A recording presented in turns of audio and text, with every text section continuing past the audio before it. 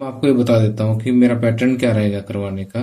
कि सबसे पहले जो है मैं सीधा एक्सरसाइज भी नहीं आऊंगा। एक्सरसाइज के बजाय जो है पहले तो उस चैप्टर में जो बेसिक बातें हैं, मुख्य बातें और नियम जो है वो मैं आपको करवाऊंगा। बेसिक कंसेप्ट से आपको इंट्रोड्यूस करवाऊंगा ताकि आपका एक बेस बन जाए। उसके साथ साथ जो है बेसिक कंसेप्ट के साथ छोटे छोटे क्वेश्चन दिए होते हैं जो एनसीईआरटी बुक में प्रयास कीजिए या ट्राई योर सेल्फ के नाम से दिए हुए होते हैं। उसके बाद एक्सरसाइज से पहले कुछ उदाहरण दिए होते हैं, वो उदाहरण हम करेंगे। उसके बाद हम एक्सरसाइज तक पहुंचेंगे और एक्सरसाइज का एक एक क्वेश्चन हम यहाँ पर सॉल्व करेंगे। तो ये सही मेथड होता है मैथमेटिक्स सीखने का। अब कुछ से स्टूडेंट्स गलती करते हैं कि सीधे एक्सरसाइज पे आ जाते हैं, तो वो रॉन्ग मेथड है। बेस्ट मेथड यही है और अगर हम इस मेथड से हम करेंगे तो आप बहुत ही अच्छा मैथमेटिक्स कर पाएंगे। और उम्मीद करता हूं कि अगर आप यहाँ से पढ़ेंगे तो आपके मैथमेटिक्स में 100 आउट ऑफ 100 जरूर आएंगे। तो आइए शुरुआत करते हैं।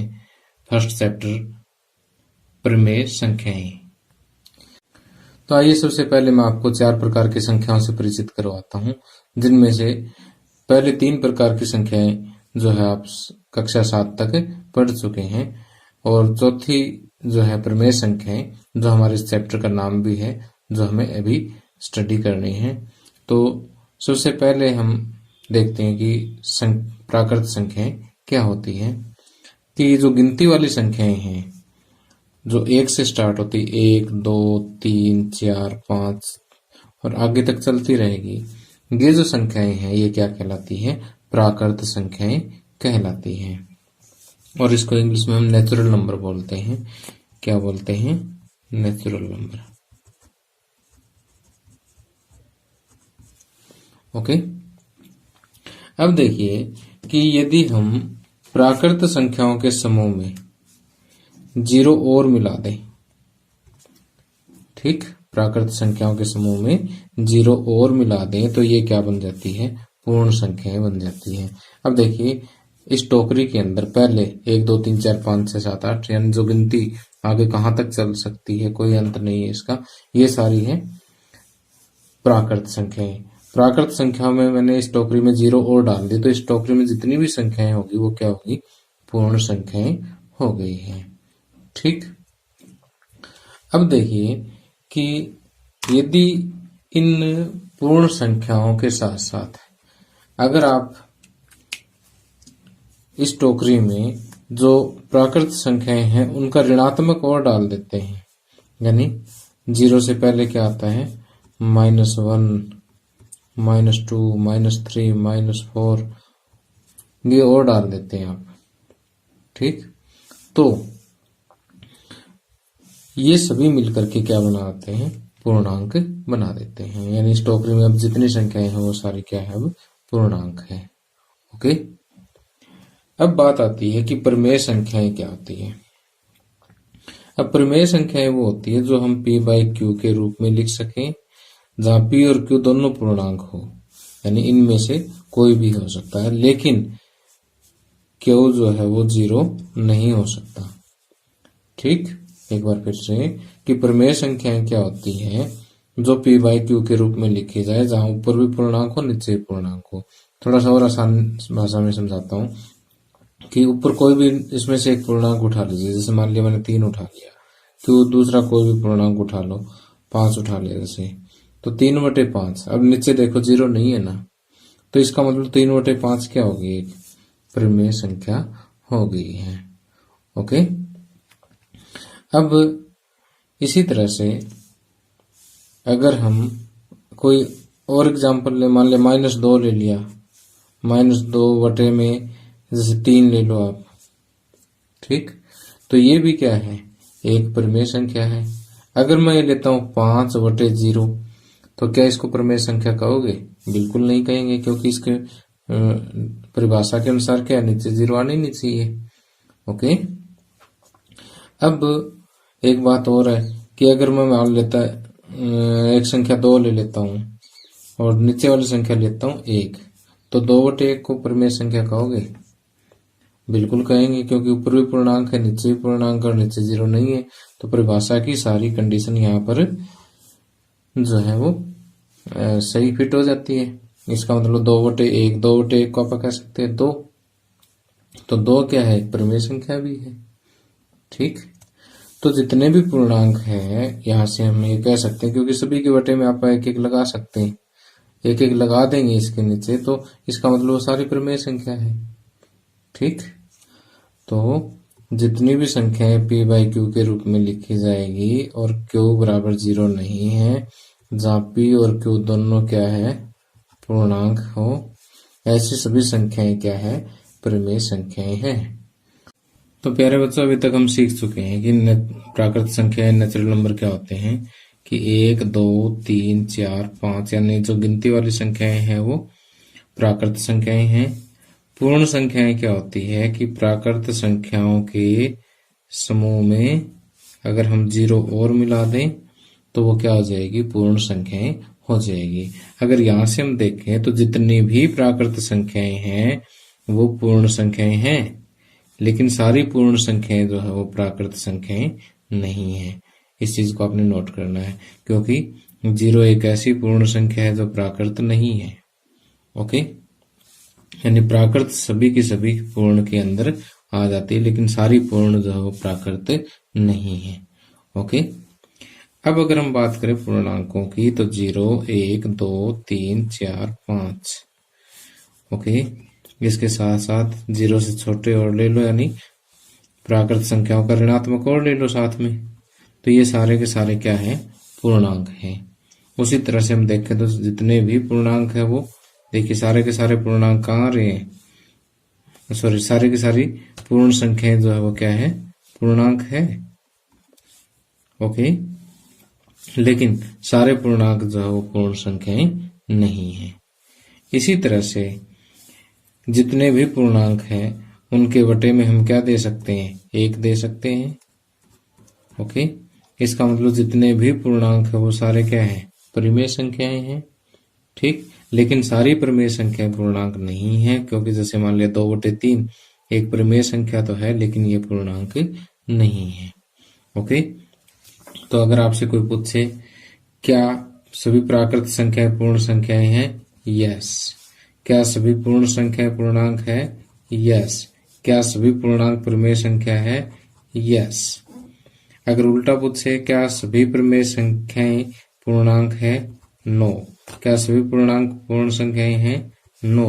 क्या सभी पूर्ण संख्याएं प्राकृत संख्याएं हैं, नो। ओके, तो ये काफी इम्पोर्टेंट बात है मैथमेटिक्स में, तो आपने इसको अच्छी तरह से याद रखना है। अब हम परिमेय संख्याओं से अच्छी तरह से परिचित हो चुके हैं कि जो p बाई क्यू के रूप में लिखी जा सके और q 0 नहीं होना चाहिए, यानी नीचे 0 नहीं होना चाहिए, ऊपर भी पूर्णांक और नीचे भी पूर्णांक, तो ऐसी संख्याएं जो है क्या है, परिमेय संख्याएं कहलाती हैं। अब हम परिमेय संख्याओं के कुछ एक गुण धर्मों से परिचित होंगे जो हमें इस चैप्टर में बहुत काम आएंगे। अब देखिए कि हम परिमेय संख्याओं के मुख्य रूप से 3 गुण धर्मों को डिस्कस करते हैं, 3 प्रॉपर्टीज को डिस्कस करते हैं। उनमें से सबसे पहला जो गुणधर्म है वो है संवृत गुणधर्म, दूसरा क्रम विनिमयता और तीसरा जो है साहचर्य या सहचारिता। अब कुछ स्टूडेंट सोचते हैं सर तो बड़े अजीब अजीब से नाम लेने लगे शुरू में, आपने बेटा इसको बिल्कुल खुश होकर के सीखना है। ओके, तो ये बहुत ही इंटरेस्टिंग सी चीज है।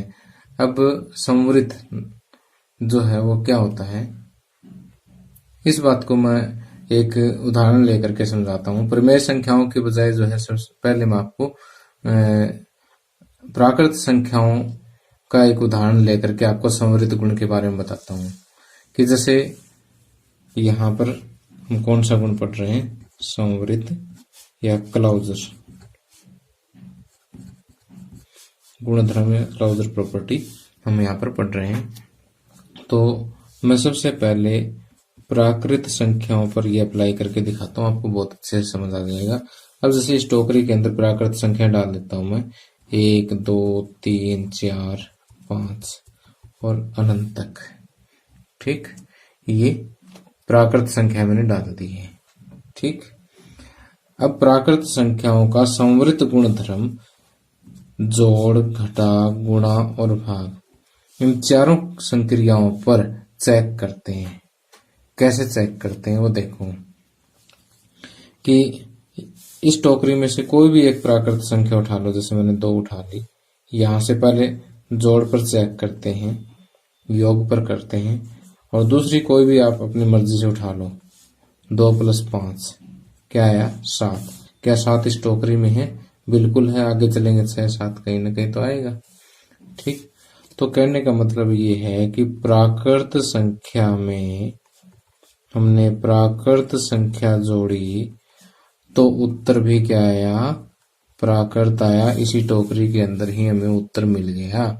तो हम ये कहते हैं कि प्राकृत संख्याएं योग के अंतर्गत संवृत है। ठीक, क्या लिखेंगे कि प्राकृत संख्याएं योग के अंतर्गत संवृत है। ओके, अब चलो इसी तरह से आप अपने आप और भी चेक कर सकते हैं। जैसे मान लिया एक आपने 100 ले लिया, एक आपने 200 ले लिया, तो टोटल क्या आ गया? 300 आ गया। 300 भी कहीं ना कहीं प्राकृत संख्या में, यानी इस टोकरी में से आपने प्राकृत संख्या उठाई, फिर दूसरी प्राकृत संख्या भी यहां से उठाई, उत्तर भी आपको इसी के अंदर ही मिल गया, इन प्राकृत संख्याओं के अंदर ही मिल गया। इसका मतलब जितने भी प्राकृत संख्याएं हैं योग के अंतर्गत संवृत है। ठीक, अब घटा के अंतर्गत चेक करते हैं क्या प्राकृत संख्याएं संवृत है। तो जैसे मान लिया मैं एक उदाहरण लेता हूं, 5 में से 4 घट गए, 1 बच गया। प्राकृत में से प्राकृत घटी, प्राकृत मिल गई, 1 तो मिल गई। लेकिन अगर मैं पहले 3 ले लूं फिर 5 ले लूं, 3 में से 5 गए -2, तो -2 उत्तर आ गया। -2 प्राकृत संख्याओं में तो नहीं आता। ठीक, तो प्राकृत संख्याओं में से प्राकृत संख्या एक प्राकृत संख्या में से दूसरी प्राकृत संख्या घटाएं तो उत्तर प्राकृत आना कोई जरूरी नहीं है। अगर एक उदाहरण भी ऐसा मिल गया कि ये यहाँ पर आंसर प्राकृत आना जरूरी नहीं है, तो भी वो संवृत नहीं है। तो हम यहाँ पर ये कहेंगे कि प्राकृत संख्याएं घटा के अंतर्गत संवृत नहीं है। प्राकृत संख्याएं घटा के अंतर्गत संवृत नहीं है। ओके, अब आपको संवृत का अर्थ समझ आ गया होगा। संवृत जो है किसी भी संख्या के प्रकार और इस संक्रियाओं के ऊपर चेक किया जाता है। इसी तरह से गुणा के अंतर्गत अगर आप देखोगे तो जैसे मान लीजिए यहाँ पर कोई भी आप 2 प्राकृत संख्याएं लेकर के गुणा करोगे, 2 × 5 = 10, प्राकृत को प्राकृत से गुणा करोगे, प्राकृत आएगा। तो गुणा के अंतर्गत प्राकृत संख्याएं जो है वो संवृत मिलेगी। प्राकृत संख्याएं योग के साथ साथ गुणा के अंतर्गत भी संवृत आपको मिलेगी। ठीक, अब भाग के अंतर्गत अगर आप चेक करोगे तो देखिए कि जैसे कि आप 2 को 3 से भाग दोगे तो 2/3 आ गया। 2/3 यहाँ पर प्राकृत संख्याओं में तो नहीं आती, इसलिए प्राकृत संख्या घटा तथा भाग के अंतर्गत संवृत नहीं है। ओके, तो प्यारे बच्चों, जैसे अभी हमने चेक किया था कि प्राकृत संख्याएं जो है योग के अंतर्गत संवृत है, व्यवकलन यानी घटा के अंतर्गत जो संवृत नहीं है, गुणन के अंतर्गत जो है संवृत है, और भाग के अंतर्गत संवृत नहीं है। तो जैसे हमने प्राकृत संख्याओं पे इसको चेक किया है, उसी तरह से आपने पूर्ण संख्याओं पर भी इसको चेक करना है। 0 1 2 3 4 5 एंड सो ऑन। तो पूर्ण संख्याओं पे कैसे चेक करेंगे कि पूर्ण संख्याओं में से अगर हम कोई भी एक संख्या उठाएं, योग के अंतर्गत है, तो उसमें योग करके कोई दूसरी संख्या देखें। ठीक, तो ये आपको पता है कि पूर्ण संख्याओं में पूर्ण संख्या जोड़ने पर हमेशा क्या आएगा? पूर्ण संख्या ही आएगा। तो पूर्ण संख्या योग के अंतर्गत संवृत है। तो हम यहाँ पर लिखेंगे हाँ। जबकि व्यवकलन के अंतर्गत अगर हम 2 में से 5 घटाएंगे तो माइनस का 3 बचेगा, और -3 आपको पता है पूर्ण संख्या नहीं होती, तो ये व्यवकलन के अंतर्गत संवृत पूर्ण संख्याएं व्यवकलन के अंतर्गत संवृत नहीं है। जबकि गुणा अगर हम करें तो देखिए पूर्ण संख्या को जब पूर्ण संख्या से गुणा करोगे तो पूर्ण संख्या ही आएगा। तो हम ये कह सकते हैं कि आप और भी कोई एग्जांपल ले सकते हो, जरूरी नहीं कि 2 और 5 ही लें। जैसे मैं 1 और 100 ले लेता हूं तो 100 आएगा। 100 भी क्या एक पूर्ण संख्या है, तो पूर्ण संख्या जो है गुणन के अंतर्गत संवृत है। अगर है तो इसको हम हाँ लिखते हैं, ठीक। और प्राकृत संख्याओं की तरह से भाग के अंतर्गत ये संवृत नहीं है। जैसे मैं 1 को 2 से भाग देता हूं तो 1/2 देखिए पूर्ण संख्याओं में नहीं आता, जबकि 1 और 2 दोनों पूर्ण संख्याएं हैं। जबकि अगर मैं 1 को 0 से भाग करूं तो देखिए ये भी पूर्ण संख्या, ये भी पूर्ण संख्या, तो ये तो परिभाषित ही नहीं है। तो इसका मतलब जो है पूर्ण संख्या भाग के अंतर्गत संवृत नहीं है। ओके। अब अगर हम पूर्णांकों की बात करें 0, 1, 2, 3, इनके साथ साथ प्राकृत संख्याओं का ऋणात्मक, ठीक। तो अगर ये पूर्णांक देखें तो ऊपर वाले दोनों की तरफ से ही योग के अंतर्गत संवृत मिलेंगे, गुणन के अंतर्गत भी संवृत आपको मिलेंगे, ठीक। लेकिन घटा के अंतर्गत अगर आप देखेंगे तो जैसे मान लीजिए कि यहाँ से आप कोई भी उठा लेते हैं, जैसे 2 उठा लें और दूसरा मान लीजिए 5 उठा लिया तो -3 आया। तो -3 देखिए पूर्णांकों के अंदर है, तो पूर्णांक जो है व्यवकलन के अंतर्गत जो संवृत है। जबकि भाग के अंतर्गत ऊपर वाले एग्जाम्पल आप ले सकते हो, उनकी तरह से जो है ये संवृत नहीं है। ओके। अब परिमेय संख्याओं की अगर हम बात करें तो परिमेय संख्याओं में जैसे आप कोई भी परिमेय संख्या ले सकते हैं 1/2 + 1/4। तो इन दोनों को अगर आप टोटल करोगे, जैसे एक परिमेय संख्या में दूसरी परिमेय संख्या हमने ऐड करके देखी, इनका दोनों का लघुत्तम आ गया 4, 2 + 4 को 4 से भाग दोगे 1, 1 एकम 1 आ गया 3/4। तो आपने देखा कि परिमेय संख्या में परिमेय संख्या जोड़ने पर आंसर भी क्या आता है, परिमेय संख्या आता है। तो परिमेय संख्या योग के अंतर्गत संवृत है। अगर संवृत है तो हम हाँ लिखते हैं।